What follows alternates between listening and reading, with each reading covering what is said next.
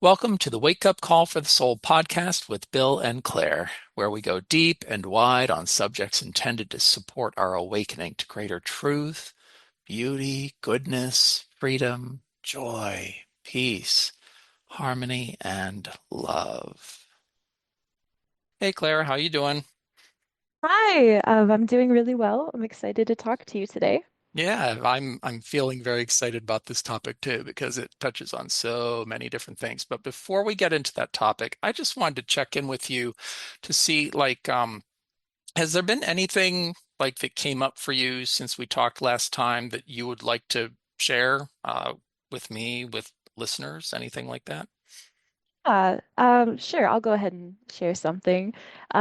So a few days ago, I was studying for my entrance exam, and I was incredibly stressed out. Things had not been going well, and I was on a video call with my mom. We were trying to study, and while we were studying, I kept getting this image in my head of a couch that we recently got rid of. My parents at their house, they recently got rid of this couch.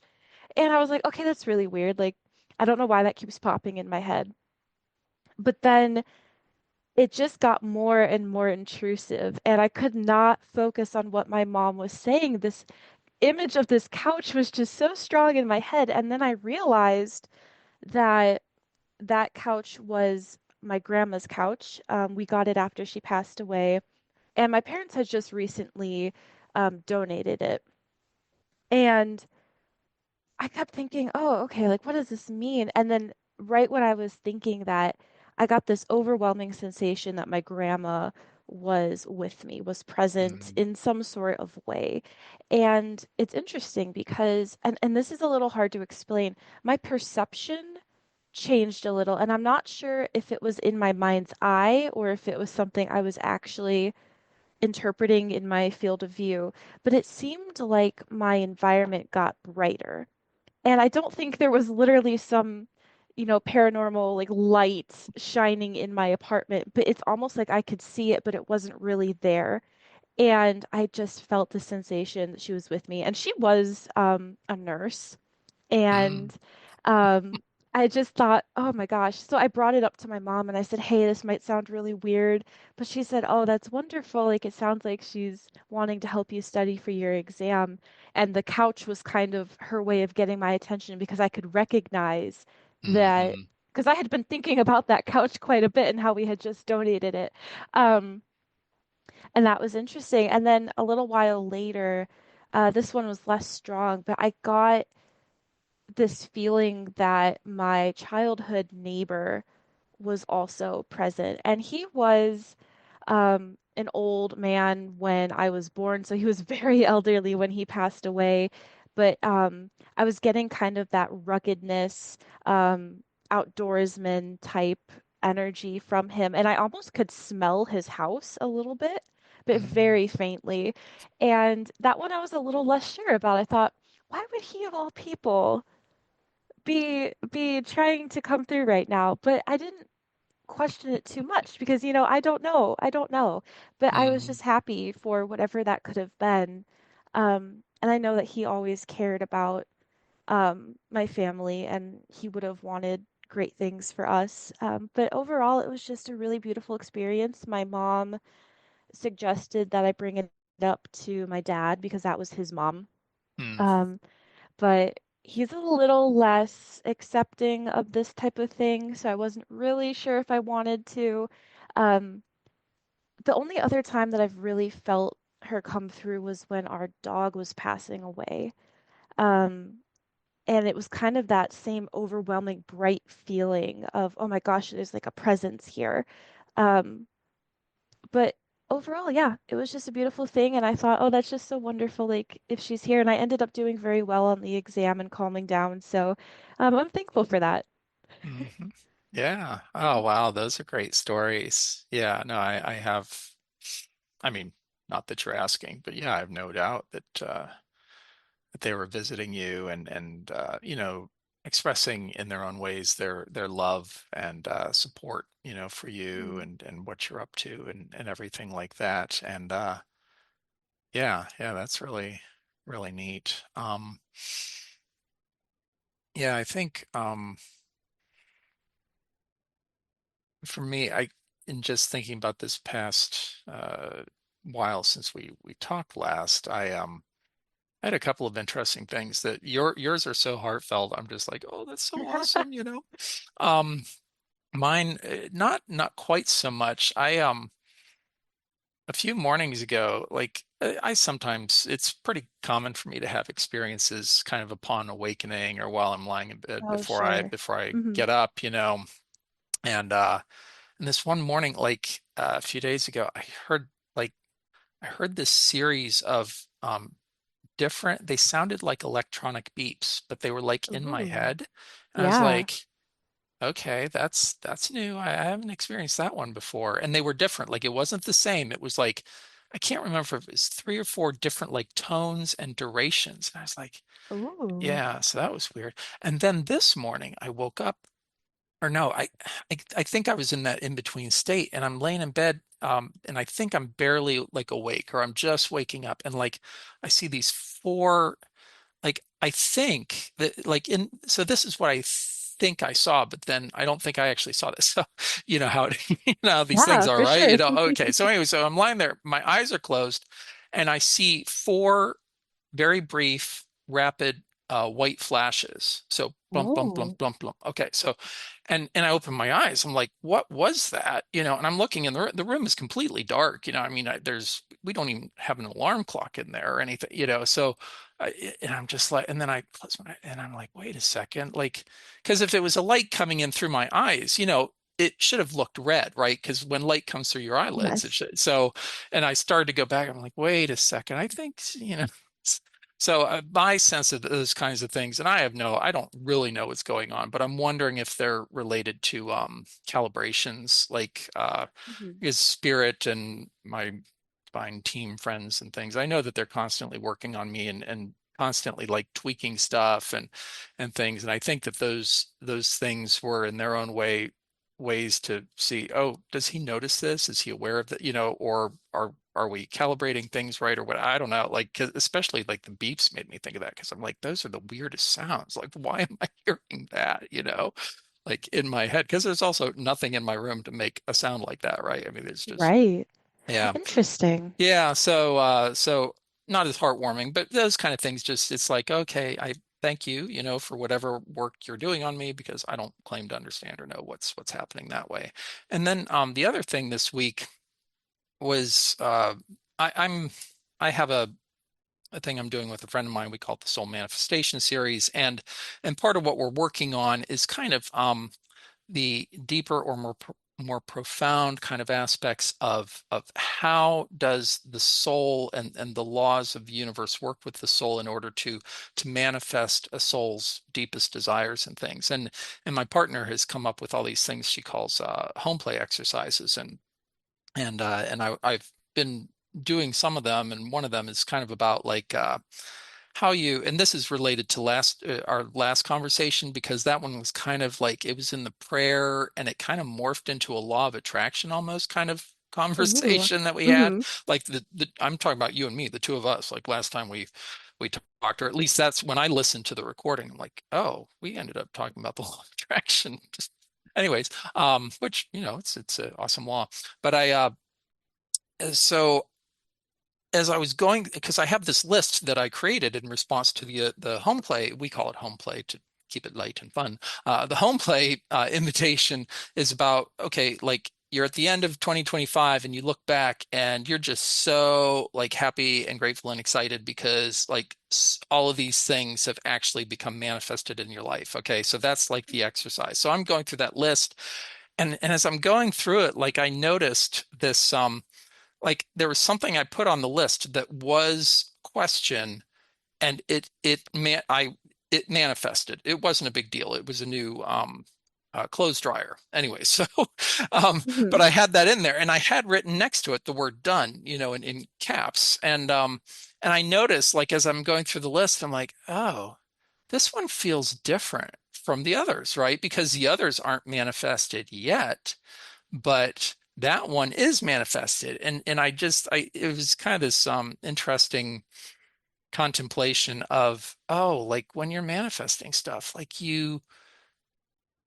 it's helpful to feel the way you'd feel as if it were actually manifested. And I realized that Yes. I had this sense of these other things that it was very clearly that no, these things aren't manifested yet. Like that they haven't happened. They're, and I didn't even necessarily tune into the sense that, well, they're in the process of manifesting, right? So anyways, yeah, so that distinction was pretty interesting. And I share it mostly because it has some relation to some of what we talked about last time, and realizing it's like, oh, okay, just having that distinction of knowing like, oh, this is what it feels for something to be manifested. This is how I've been thinking or feeling about things that aren't, and it's like, okay, how do I get myself more into the space on those things? And so, yeah, and it seems to be working. I won't go into specifics, but other things on my list have like started manifesting, and I'm like, whoa,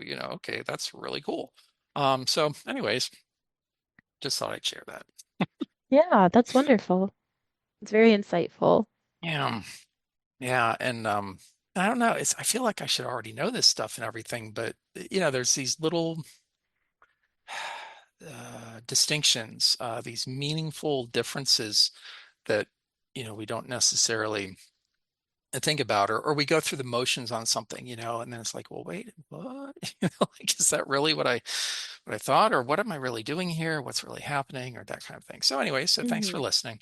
So yeah, so our plan for today was to kind of dig in on reincarnation. And for me, like this topic is so, I mean, there's so many ways we can go on this thing. And and I think what I'd like to do is just to have the conversation, because I have a sense, with what you shared with me, that you've got some thoughts and feelings about it. Maybe we can talk about those things, and maybe dig into some specifics and stuff like that, where we can kind of bounce our perspectives back and forth and that kind of thing. So, I mean, so I guess like my question for you, Claire, is just like, why do you want to talk about reincarnation? Like, why? Ooh. Um, ooh, that's a good question. I think when I started really researching near-death experiences, I was starting to see kind of discourse and just themes within them about reincarnation or past lives or choosing your life and choosing your circumstances versus not. And I just started to see a lot of really interesting connections between what people were saying. Um, I also have, this sounds really morbid, but my entire life I've thought about death a lot. And I not always in a negative way, sometimes just very curiously. Um, but I think reincarnation is something that my mind really gets tripped up with because there's so many directions you can go with that topic, different beliefs, different even practices around reincarnation. And it's something that I don't feel like I have a good understanding or grip on. So it's something I'm very much still looking for information and trying to decipher what I feel about it. So I think it's something Hmm. I'm open to talking about. Yeah, yeah. So, I guess one of my questions for you is, I mean, it, so I'm just going to ask you this question straight up. Like, if you had your choice, if you could say, um, let's say you make yourself ruler of the cosmos, and you have a Mhm. choice, and it's like reincarnation or no reincarnation. Okay, so I'm letting you choose. Like, if you wanted, reincarnation, like what would be your preference if you as well the deity said, okay, we're going to have reincarnation, this is going to be the way, or there's going to be some other way? Like, what would be your preference if you were forced to make that choice as the deity of all of the universe? Ooh. Oh, hmm. From my current limited knowledge, I would say I would not want reincarnation. But I know a lot of people feel the complete opposite. But from Hmm. my point of view, Okay. not sure that I love it. Yeah, yeah. And so, like why is that? Like why don't you love it? Like why don't you get all excited and like, oh yeah, reincarnation is so awesome. Like I'm just like I'm interested in your take on why that is for you at this point. Oh gosh. I'll certainly say there are aspects of it that I think are very comforting and that I would like, but overall, I feel from what I know about it that it doesn't feel joyous to me. I feel almost like in a way it's punitive, and I'm not really quite sure how to describe that. I think that's because people will kind of implement the karma and the karma system into reincarnation, and that complicates things. And I know that people have very different opinions on karma itself. Um, but also just thinking about losing the lessons that I've learned here and um, the time, like, how do I say this? Like the family that I have now might not be who I'm with next time. Like it might be different souls, and I don't know how I feel about that. But mostly just kind of losing the insight and having to do it all over again and experience pain. And some people say, like if you didn't meet your life's purpose or learn that lesson you were supposed to learn, like you'll have to do it all over again until you do learn it. Or until you do reach that purpose. And for me, that's so stressful to think about. Mhm. Um, so those are some of the Mhm. reasons that I'm not so sure. I know a lot of people kind of come back with rebuttals, but I still haven't really found anything that really resonates. Mhm. Yeah, yeah. I mean, what you described, it sounds and feels pretty, like, yeah, high pressure. Like, if if you don't get it this time around, well, you're back on the the merry-go-round, and you have to come back around for another time. I've come across people, which I find really fascinating, because my sense of reincarnation um is that it's this idea that the choice, and I guess this is also related to karma. I mean that the choices that we make in this life have an impact on our next existence, and in the framework of reincarnation, then in their own ways, that those choices, depending on the quality of them, could uh, mm, what's the word I want to use? It could require us to come back into physical existence again, you know. Right. Um, and so like that, yeah. And when I don't know if you use the word punitive or not there, but this idea of somehow, like, if you don't get it right, well, then your consequences or your punishment is, oh, you have to come back to the earth. But I've also met people, like, when I talk to them about reincarnation, and that's kind of how I see it. Like I see it in a way, I don't think, not dissimilarly to how you see it, where I'm like, Mhm. this does not sound like fun to me. Like, this does not fill me with joy and hope. Right. The sense I get when I look at reincarnation is like, how in the blank am I going to get out of this never-ending cycle of death and rebirth into a Yes. physical body? Because, like you said, if I'm going to forget the stuff, which, as far as we can tell, most people appear to forget these things, or except, and maybe we can get into past life regression and that kind of stuff Mhm. at some point. But so yeah, I'm to be honest, like, I don't know if we're going to have this really strong back and forth conversation of like, oh yeah, no, if you just, look at it this way, oh yeah, I'm sorry, I lost my train of thought. Like, I've talked to people who are like, well, no, I want to come back. I'm like, what? You want to come back? What the? You, you what? Like, I just don't even know what Yeah. to say. I'm like, okay, because I mean, what are you hoping for the next time around? Like, I don't, I can't even, because to me, it feels much more, to use the word punitive or punishment, than like a gift, you know?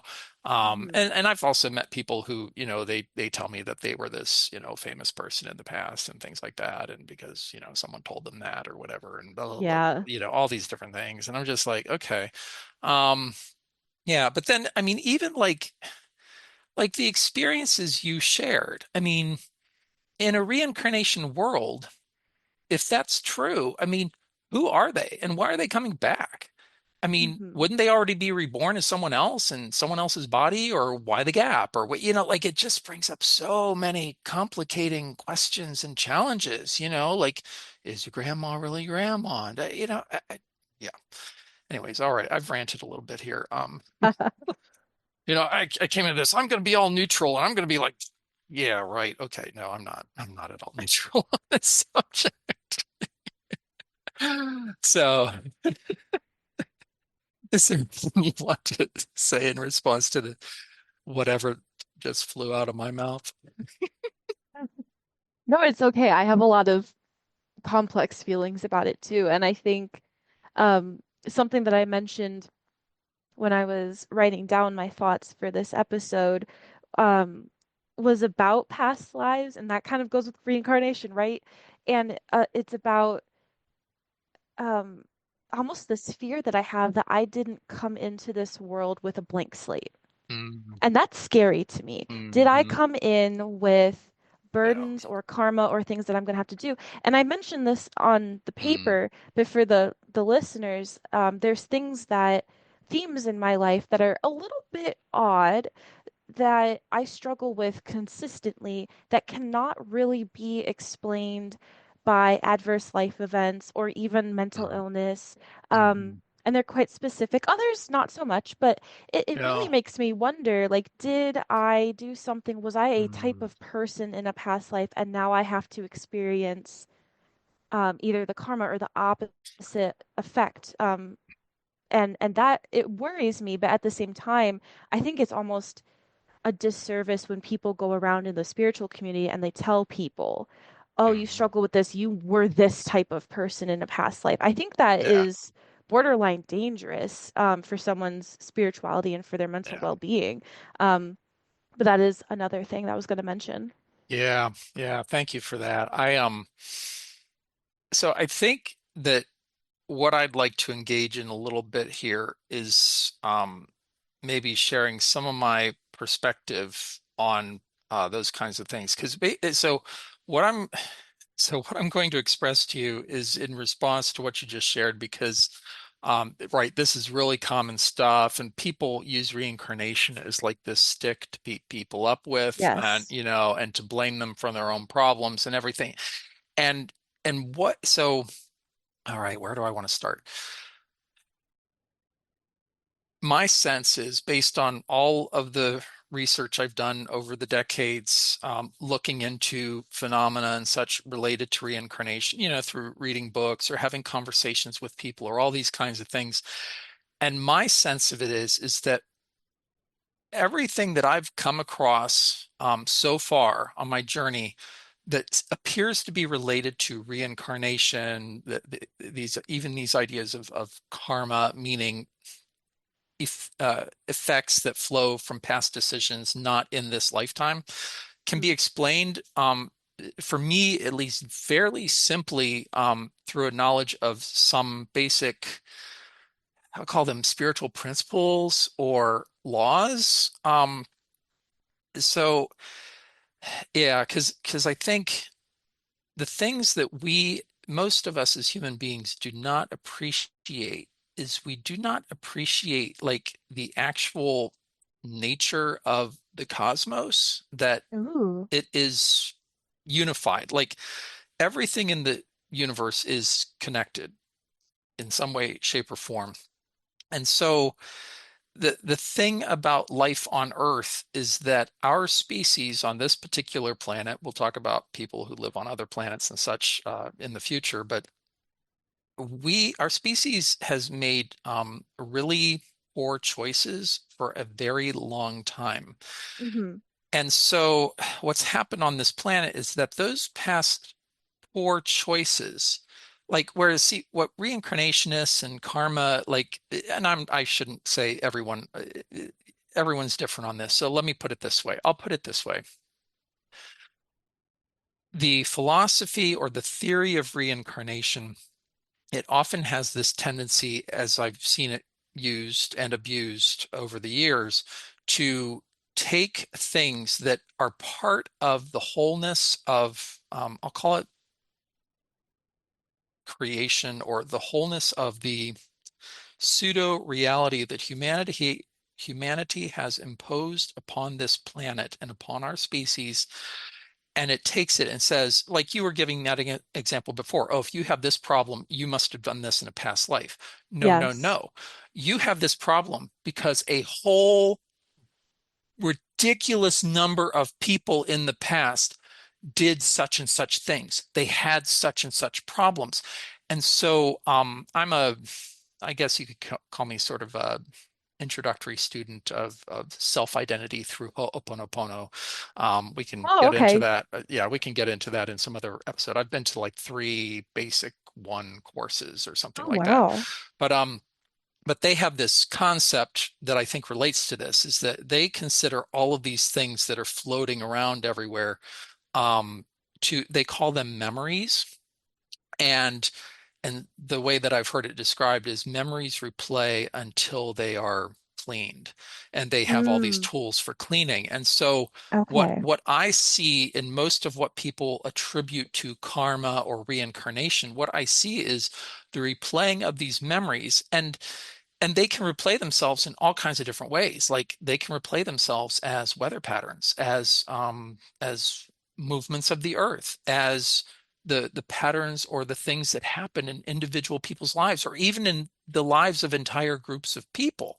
So, like you could have very specific things that and that's a whole conversation about incarnation, and I don't know if that'll fit into this conversation or not, but when we incarnate into this world, okay, at the moment that our soul enters into that little fetus at whatever stage of development it is, I don't claim to know exactly when that is because I believe it's variable.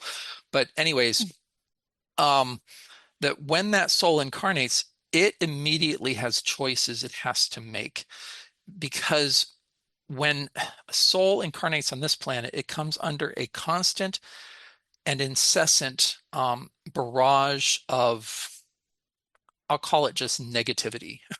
Yeah. Um, and again, it's not that anyone is necessarily directing this at the unborn child's soul.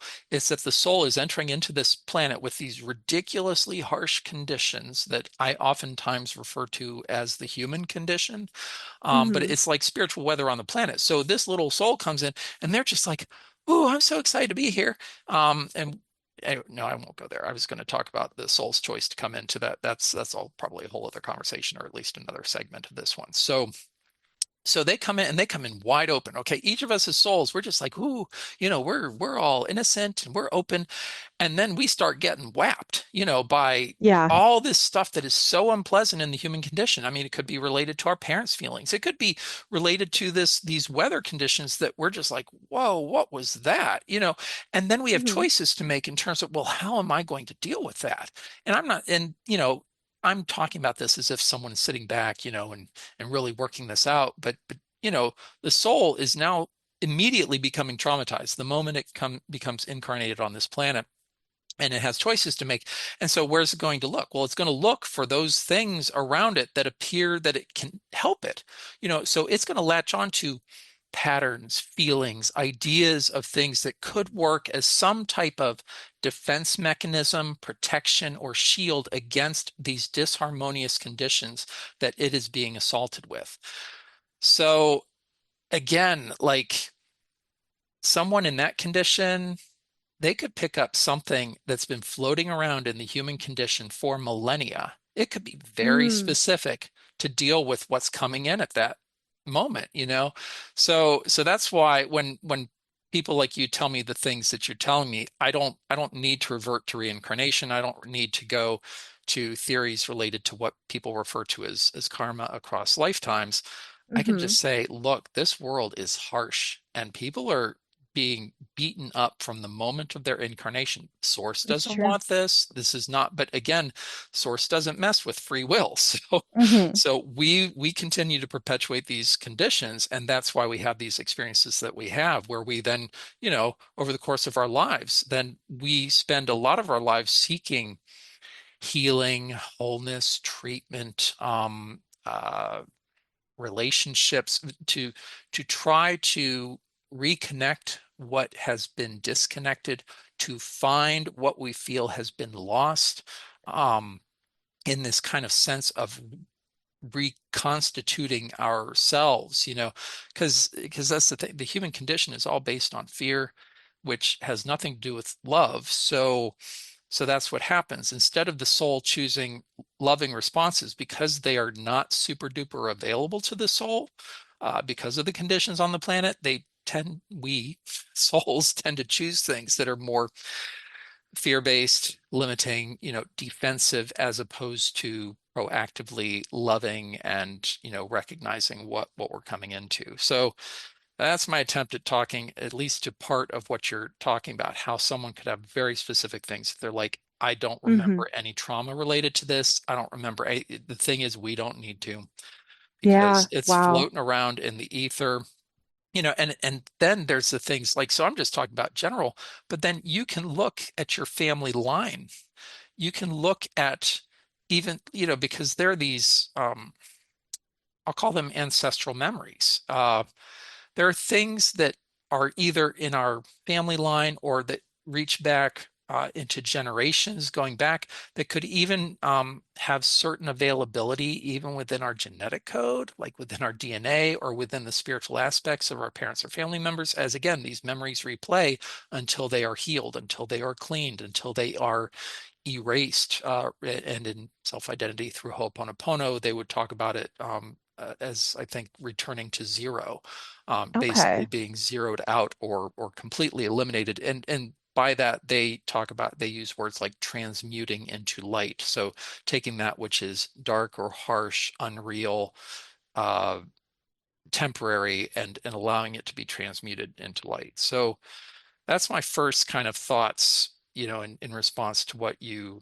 shared. And I guess it kind of gives me more hope, because it's like, oh, okay, so if it's just about the conditions we come into in this world, in this life, then each of us has the opportunity. I mean, we could call it the responsibility, the ability to respond to the conditions and circumstances that we experience in different ways than what is typically available within the human condition, as opposed to reacting or responding to things with fear or anger or doubt or cynicism. Perhaps, we could respond to them with love or patience or hope Hmm. or, these kinds of things. So, anyways, thanks for listening to that. What are your thoughts about what I just shared?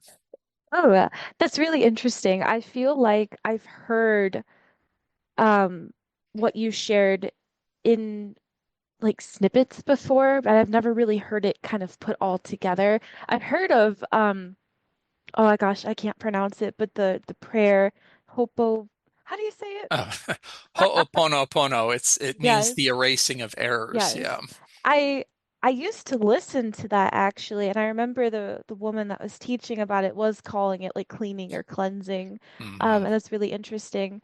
Um, and so with what you said about it not these struggles not necessarily pointing to reincarnation, I think what I was struggling with when I was thinking that maybe this is a sign of reincarnation, um, I would get so frustrated and I thought, well, either I need to really get to the bottom of whatever I did or whoever I was and fix it so that I can be released in this life, or I need to just go, I don't know if it really is a sign of a past life or what the hell happened. Sorry, what the heck happened.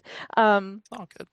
but maybe I should just live this life, be present, and not worry about, am I struggling with this because of something I did or didn't do in a past life? So now when you're sharing this alternative way to see it, I'm also kind of wondering, okay, if I acknowledge that maybe I picked up on some sort of memory or a condition that is present in this world that we're all struggling with, do I just go, okay, um, I noticed this and I'm gonna honor it and try to improve? Or do you think that I should then really dive into it the way that I wanted to dive into it when I thought that it was reincarnation? I'm not sure if I Yeah. worded that right, so if you need Hmm. clarification, let me know.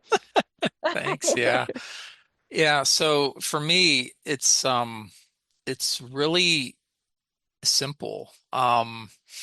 In that because like even you're pointing at this even with your comment, like um because part of the appeal, I think, to so many people of the doctrine of reincarnation and karma and such as it's related to the, the soul, these kinds of things, is that it's like our I'll use this phrase, I call it the material mind. It's the brain and also those energetic aspects of our being that it kind of are the dominant mode for people to engage with, I'll call it the world at this time on this planet. And so, like, the material mind loves this stuff. It loves, like, trying to figure out, like, where did this come from and how can I fix it and solve the Yes. problems and all this stuff. Okay. So I'm going to offer you, and this is probably going to sound familiar to you, whether it sounds familiar to other listeners or not, I don't know. But so for me, I'm looking to bypass all of that stuff. Okay. By simply taking these things, whatever they are, whatever pain, suffering, pattern, program, injury, wound, take your pick of whatever you want to call the thing that you're dealing with or struggling with, and basically going to source and saying, Source, heal me of this, please. Heal Mm, me of hmm. this thing. And for me, that healing comes very specifically in my desire for to receive the source's essence into my being.